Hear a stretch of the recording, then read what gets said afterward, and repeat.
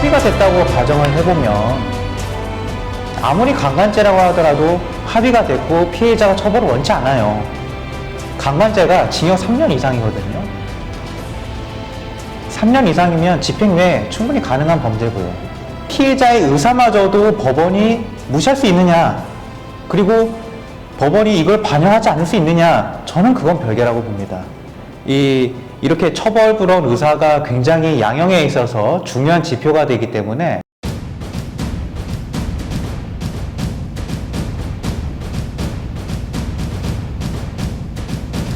일단 양형 기준 하면 사실 간략한 문제는 아닌데 제일 간략하게 한번 말씀을 드려보겠습니다.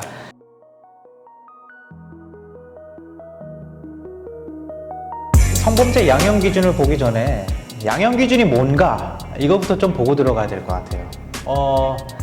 제가 이걸 다 외울 수 있으면 좋겠는데 저도 좀 한계가 있어서 같이 보면서 말씀을 나누시죠. 자, 이 양형이라는 거, 개인의 신체적 자유, 경제적 자유 이런 것들을 직접 제한하고 사형까지 있지 않습니까? 우리나라에는 이런 생명까지 박탈하는 중대한 결과를 가져올 수 있는 거죠.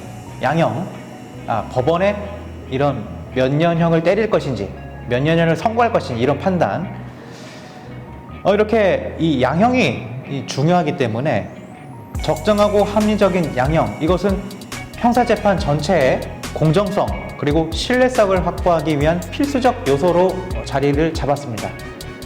이런 양형 기준은 이 법관이 합리적인 양형을 도출하는 데 참고할 수 있도록 법원조직법 제8편에 따라 설립된 양형위원회가 설정한 기준이죠. 이 양형 기준이 우리나라 도입되기 전에 판사들 굉장히 불만이 많았습니다.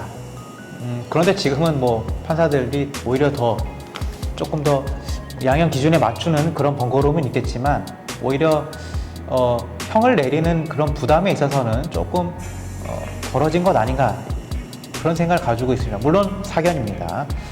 자, 구체적으로 보죠. 이 대법원의 양형위원회가 있는데요. 이 양형위원회는 이 양형 기준을 설정, 변경할 때 첫째, 범죄 죄질, 범정 및 피고인의 책임의 정도를 반영할 것.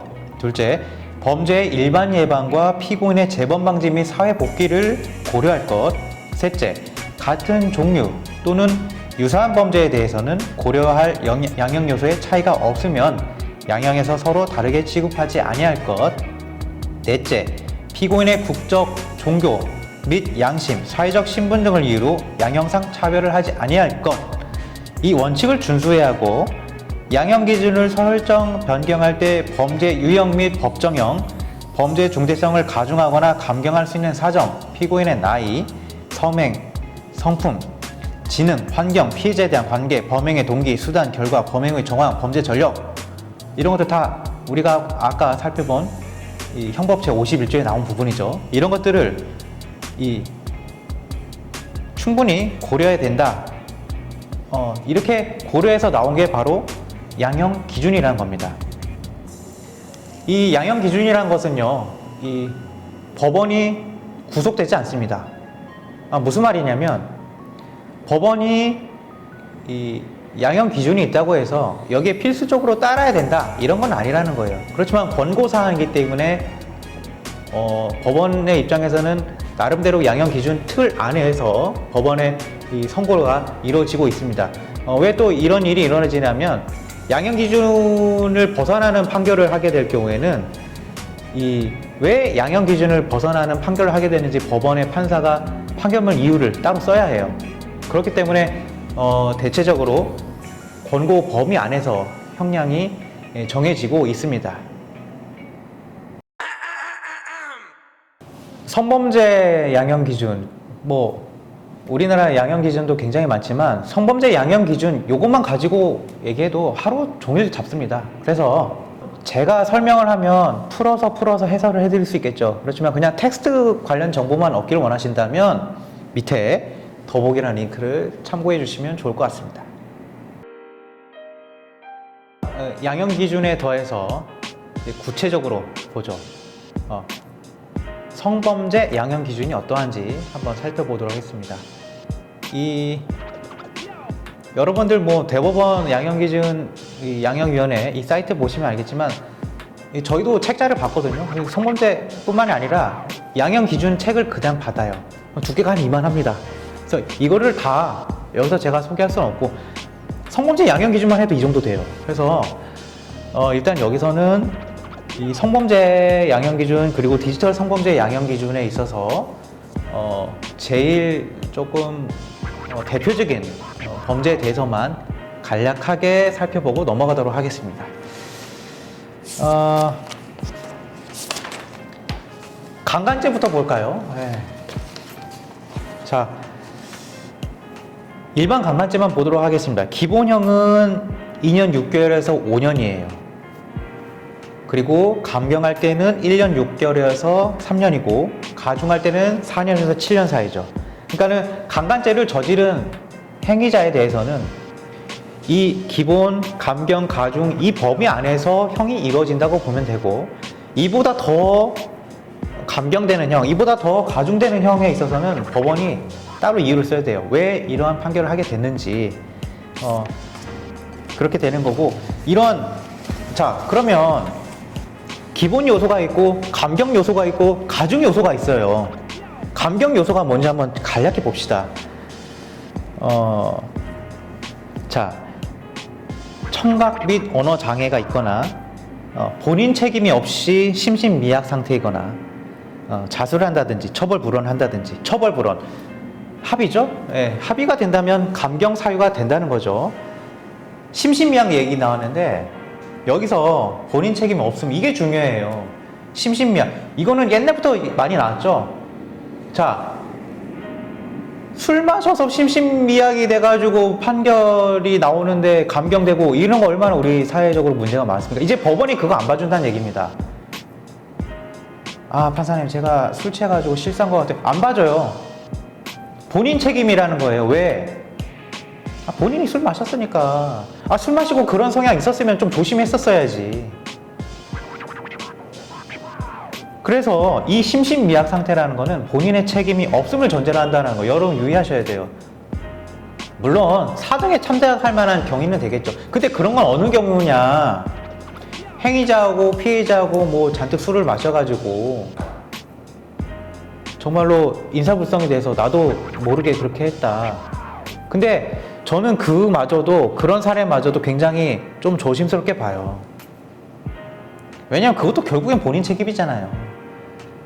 일부러 그렇게 하려고 술을 많이 마셨는지 그걸 법원에 알 수는 없는 거니까. 그래서 여러분 그런 거 절대 안 통합니다.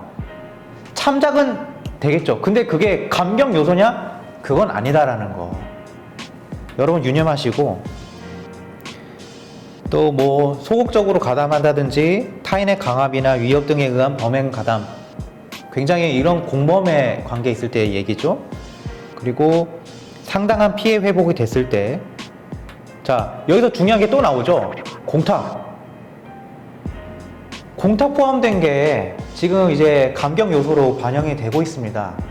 또 한 가지 어려운 문제가 뭐냐면 이 공탁을 하더라도 피해자가 나 그 공탁금 안 받을래요. 행위자, 피고인이 그 공탁금 회수하는 것에 동의합니다 라고 얘기해버리면 사실은 공탁금 의미가 없어요. 여러분들 그거는 잘 생각을 하셔야 됩니다. 이 공탁법 시행이 작년 12월 달에 됐죠. 그 전까지만 하더라도 정말 무수히 많은 의뢰인들이 합의 안 되면 공탁하면 되지 않습니까 변호사님? 제가 절대 안 된다고 했죠. 왜? 공탁하려면 피해자 인적 상황이나 이런 것들을 알아야 되는데 그런 걸 알려면 열람복사 신청을 통해서 법원이 피해자한테 연락을 해서 피해자가 야가 아니죠. 야 피해자님 공탁을 하려고 하는데 피고인이 공탁을 한다는데 이거 주소지 연락처 알려줘도 됩니까? 라고 물어본단 말이에요. 안 알려주죠. 그럼 공탁 안 되는 거예요. 그래서 제가 다 모든 의뢰인들 100% 공탁 안 된다고 했죠. 재산범죄 제외하고 사기 이런 것들은 공탁해야 되죠. 왜냐 피해복이 돼야 되니까요. 근데 이런 성범죄 이런 사건은 공탁 절대로 안 된다고 제가 얘기했어요. 그렇게 해서 많은 그런 논란이 있고 얘기가 있던 공탁법이 개정이 되면서 공탁을 할 수 있게 됐는데 난관이 또 생겼다라는 거죠. 지금 피해를 합의를 안 하겠다고 하시는 분들은 공탁금마저도 필요 없다 이런 말씀을 하시고 계십니다. 그리고 실제로 지금 저희들 사례 보니까요, 공탁의 효과가 그만큼 기대한 만큼 나오느냐, 그거는 아닌 것 같아요. 예, 그건 아닌 것 같고, 그거는 나중에 법무법인 감명에 오시면 자세히 설명을 드리겠습니다. 자, 가중 요소 볼까요? 자, 지금까지는 형이 감경되는 부분만 봤어요. 기본형이 있으면 아까 말씀드린 부분들로 인해서 감경이 되는 거예요. 근데 또 가중되는 경우가 있단 말이에요. 엄청 많네요. 한번 같이 읽어보겠습니다. 가학적, 변태적 침해 행위, 극도의 성적 불쾌감 증대, 다수 피해자 대상, 계속적, 반복적 범행, 범행에 취약한 피해자, 주거침입 강간, 특수강간, 윤간, 임신, 피지에 대한 교사. 이 주거침입 강간은, 이거는 여러분, 그냥 강간이 아니라 성폭법에 의한 강간이기 때문에 이건 법정형이 7년입니다. 합의해도 3년 6개월밖에 아니에요. 합의해도 3년 6개월밖에 안 나온다는 얘기는 합의해도 집행유예가 안 나옵니다. 갑자기요? 아니, 찾아봐야죠. 잠깐 찾아봅시다. 자, 이게 변호사는 법전을 늘 가까이 하고 있어야 됩니다. 어디서든지 탁탁 나올 수 있게. 전자적으로 되어 있지만 저는 책을 봅니다. 이게 더 편하더라고요. 자, 형법 62조 집행유예 요건 뭐라고 되어 있냐면 3년 이하의 징역이나 금고 또는 500만 원 이하의 벌금의 형을 선고할 경우에 제51조의 사항을 참작하여 그 정상에 참작할 사유가 있을 때 1년 이상 5년 이하의 기간형을 정해서 집행을 유예할 수 있다. 자, 아까 제가 말씀드린 뭐라 했죠? 3년 이하라고 했죠. 3년 이하의 징역 금고예요. 이게 무슨 말이냐면 또 뭐라고 되어 있냐면 선고할 때 3년의 이하의 형을 선고할 때라고 되어 있는데 해봤자 7년 장량 감경하면 3년 6개월이에요. 그러면 법에 감경을 하더라도 3년 6개월의 형을 선고할 수밖에 없는 거예요. 근데 집행유예를 하려면 뭐라 되어 있어요? 3년이라고 되어 있죠. 간극이 커요. 집행유예 하려면 요 3년으로 들어와야 되는데 3년 6개월은 집행유예 아예 법적으로 안 된다라는 거죠. 그래서 3년 6개월은 절대로 100%, 1000%, 1000% 집행유예 안 됩니다. 이거는 누가 와도 안 돼요. 예, 이렇게 설명드릴 수 있을 것 같습니다. 이것은 엄중한 문제이기 때문에 절대로 사회적으로도 있어서는 안 되는 일이라고 저는 생각을 합니다. 물론 억울한 분들 계실 수는 있겠죠. 예. 근데 어쨌든 간에 전반적인 사회적 흐름으로 봤을 때 이제 그러한 일은 일어나지 않아야 되지 않겠느냐 이렇게 보고 있습니다. 자, 누범, 상습범, 계획적 범행, 심신장애 상태를 야기해서 강간한 경우, 이런 거죠. 약물 탄 거. 여러분, 이거는요 가중 요소이기도 하지만 수사기관이 절대 가만 안 둡니다. 예를 들면 나 이 사람을 강간하기 위해서 졸피뎀을 탔다.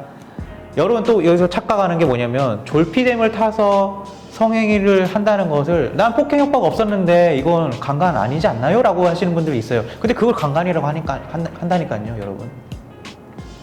왜냐, 폭행의 범위가 굉장히 넓어요. 어쨌든 약 타면, 저는 이건 사실은 의뢰인들 오면 공식이라고 얘기를 해줘요. 약 탔으면 이건 검사가 분명히, 경찰이 분명히 영장 칠 겁니다. 준비하셔야 돼요. 어쨌든 지금 그런 부분, 심신장애 상태 야기한 경우 이런 부분을 굉장히 가중 요소가 됩니다.